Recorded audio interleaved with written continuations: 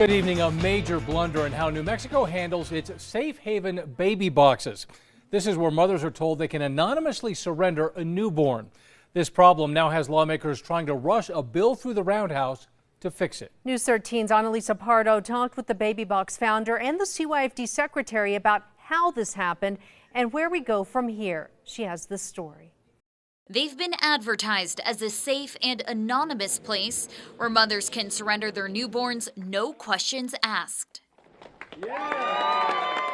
There are 5 safe haven baby boxes in New Mexico. So far, 4 infants have been surrendered and saved in them. But now, confusion. And I thought, how is this possible that this is actually happening like this when we have these boxes for a reason, which is anonymity? Monica Kelsey is the founder of Safe Haven Baby Boxes and says she was outraged and shocked to learn CYFD had investigated and tried to find the parents of each newborn surrendered. But CYFD Secretary Teresa Casados explains they are bound by state law to do so. CYFD is not doing an investigation to in any way criminalize or prosecute anyone.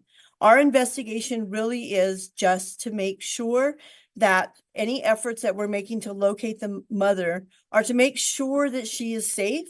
She says state law requires them to investigate to ensure the mother was not forced to give up her baby, to make sure she's healthy, and that the father is informed as well. Secretary Casado says federal law protecting indigenous heritage also requires them to look into each case. If in fact the infant is a native child, and if so, we need to notify the nation, tribes, and pueblos and ensure that we're following the placement preferences that we have for native children. We asked Kelsey how other states have dealt with this federal law. And I don't know if the Department of Child Services in the other states are required to do DNA tests, but I've never dealt with that in any of the other states, and I've never dealt with that with any of the infants that have come through the Baby Box program. It's unclear how we got here, where the organization and different local leaders advertised a place to surrender your child, no questions asked. Without knowing, CYFD legally couldn't promise that. Secretary Casados says she wasn't in charge of CYFD when those first boxes were installed. But now lawmakers, including Republican Representative Gail Armstrong, is trying to change that law. But we just want to fix it. Yeah. But we're so late in the game. We're so late in the game.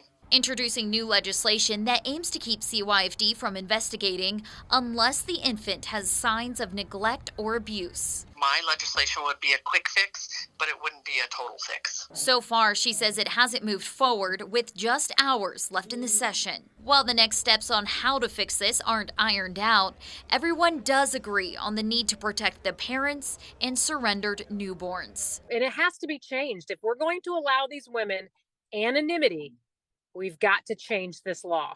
Annalisa Pardo, KRQE. And I just want mothers to know, they are safe in doing this, and we want to have that conversation and just make sure that we can provide support. News 13. Secretary Casado says she's considering reaching out to cities that install baby boxes to explain the laws.